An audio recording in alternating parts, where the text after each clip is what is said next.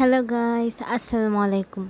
আজকে অনেক দিন পর তোমাদের জন্য নিয়ে এসেছি অনেক মজাদার একটি রেসিপি। সেটি হচ্ছে তেলের পিঠা।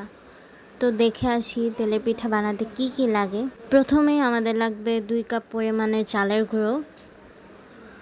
এরপর দিয়ে দিব 1 কাপ পরিমাণের ময়দা। আপনারা চাইলে আটাও ব্যবহার করতে পারেন। এরপর দিয়ে দিব পরিমাণ মতো লবণ এবং 1 টিস্পুন বেকিং পাউডার। এরপর সবগুলোকে ভালো করে মিক্স করে নিতে হবে। যখন মিক্স করা হয়ে যাবে এর মধ্যে দিয়ে দিতে হবে কুসুম হালকা গরম পানি। কুসুম গরম পানি ইউজ করতে হবে, নর্মাল পানি দিলে হবে না। এরপর ভালো করে মিক্স করে নিতে হবে। ততক্ষণেই পানি দিতে হবে যতক্ষণ না পর্যন্ত এরকম একটি মিশ্রণ তৈরি হবে।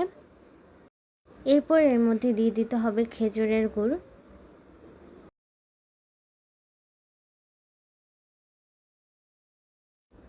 আপনারা আপনাদের পরিমাণ মতো দিয়ে দিবেন। এরপর গুড়টিকে ভালো করে এই ডোটার সাথে মিক্স করে নিতে হবে।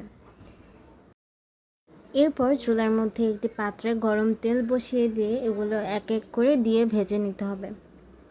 অল্প পরিমাণ করে দিতে হবে, না হলে পিঠেগুলো পারফেক্ট হবে না।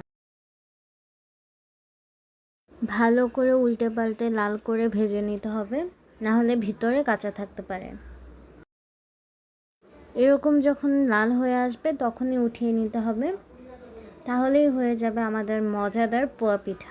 এই রেসিপিগুলো যদি আপনাদের ভালো লেগে থাকে তাহলে অবশ্যই আমাদেরকে সাপোর্ট করবেন।